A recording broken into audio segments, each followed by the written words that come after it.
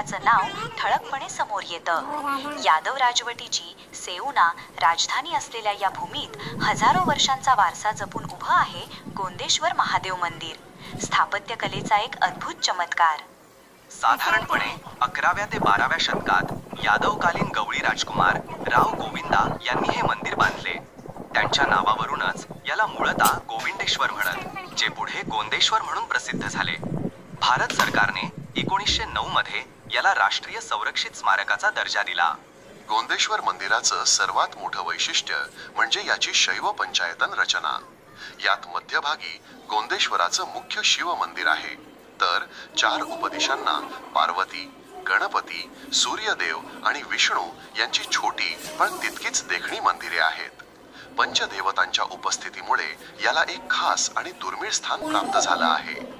दख्खनच्या पठारावरील बहुतेक मंदिरे काळ्या पाषाणात बांधलेली आहेत, पण गोंदेश्वर मंदिराचं आश्चर्य म्हणजे हे गुलाबी रंगाच्या वेसिक्युलर पिंडाश्म खडकातून साकारले आहे. या कठीण दगडावर इतकी अप्रतिम आणि गुंतागुंतीची नक्षीकाम करणं हे तत्कालीन कारागिरांच्या कौशल्याची साक्ष देतं. हे मंदिर हेमाडपंथी किंवा भूमिज स्थापत्य शैलीचा उत्कृष्ट नमुना आहे.